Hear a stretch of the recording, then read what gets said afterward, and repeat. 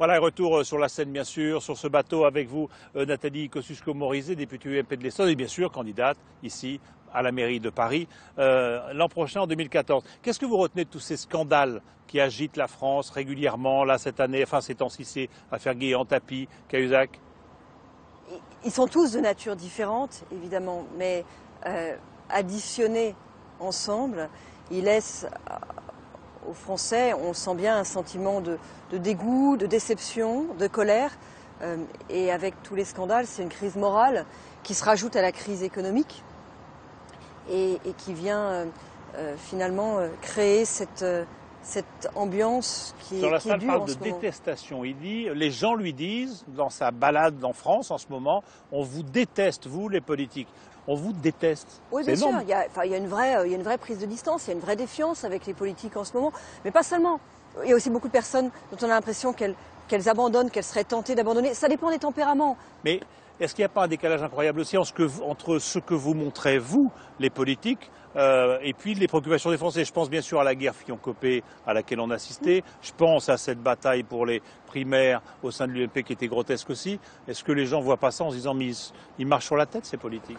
D'abord, je ne partage pas votre sentiment sur la primaire de l'UMP parce que moi je pense que c'est toujours mieux de demander l'avis aux électeurs et que c'est au contraire une façon... Ils ont tellement le sentiment que les politiques sont à distance, que les politiques s'organisent dans un espèce d'entre-soi, la commission d'investiture, les états-majors qui négocient entre eux, le sortant qui choisit son successeur, que leur donner le choix de manière transparente, moi je pense que c'est une façon plutôt de faire un premier pas vers la réconciliation. Les jours d'appel ouvert, c'était déjà le grand drame, ça allait pas, la vraie réconciliation, elle est quand les politiques font la démonstration de leur utilité, tout simplement. Parce que derrière tout ça, il y a le sentiment que les politiques ne se posent plus la question d'être utiles, qui sont en quelque sorte qui se servent plutôt que de servir. Et moi, c'est ça que j'essaye à mon modeste niveau, finalement. C'est ça le prix du retour de la confiance. Ah bien sûr.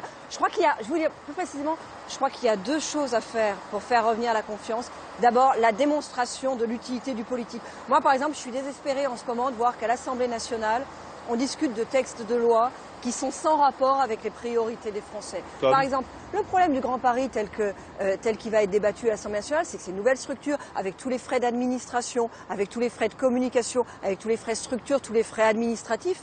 Et finalement, je pense que nos concitoyens voient une distance terrible entre ce genre de choses-là et leurs soucis du quotidien qui, à Paris, sont la sécurité, l'emploi, la fiscalité. Vous parlez de Paris, on dit souvent que Paris c'est la droite la plus bête du monde. Je dis ça parce que Bertrand Delanoë dit qu'il retrouve autour de vous tous les classiques de l'UMP, pour pas dire du RPR, de l'époque Tibéri. Il dit la droite n'a pas beaucoup changé et effectivement c'est la pire du monde. Des classiques à gauche, à Paris et ailleurs. On en voit beaucoup. On en a vu d'ailleurs un certain nombre dans votre reportage tout à l'heure, que la gauche balaye dans son propre jardin. Moi, ce que je veux proposer aux Parisiennes et aux Parisiens, c'est pas le retour de quelque chose qui est passé. C'est pas non plus d'ailleurs la critique systématique des dernières années. C'est pas ça. Ce qui est fait. C'est voies sur berge, par exemple, l'aménager, etc. Moi, ce que je veux proposer, c'est d'aller de l'avant. Et vous dites quoi? Delanoë, tout est acheté ou il y a quand même des choses pas mal? Les Vélib, ces voies sur berge, cet aménagement, ce Paris-Plage. Pour un budget de 8 milliards d'euros par an.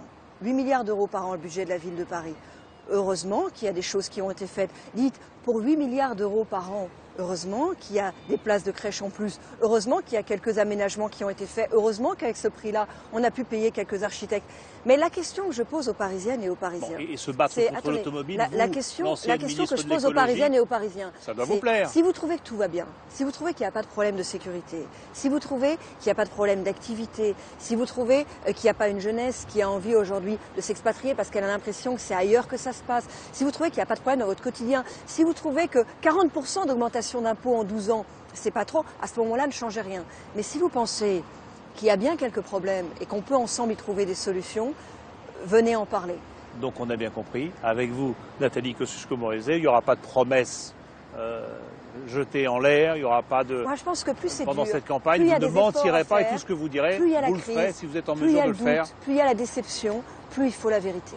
Merci beaucoup. Merci donc de nous avoir rejoints sur ce bateau. On va continuer ce tour de l'année de complément d'enquête à travers les reportages qui nous ont marqués. Là, c'est un florilège de ces personnages aussi qu'on a pu croiser. Cette dame, par exemple, dont la mémoire part en miettes, ce petit gamin de Jakarta qui fume déjà 2 paquets par jour à 2 ans de paquets de cigarettes ou encore à 2 ans, ou encore ces jeunes aux États-Unis qui nous mettent la patate parce qu'ils veulent relancer la bonne bouffe et le bon steak. C'est pas tous les jours. Ça, c'est On bien. regarde.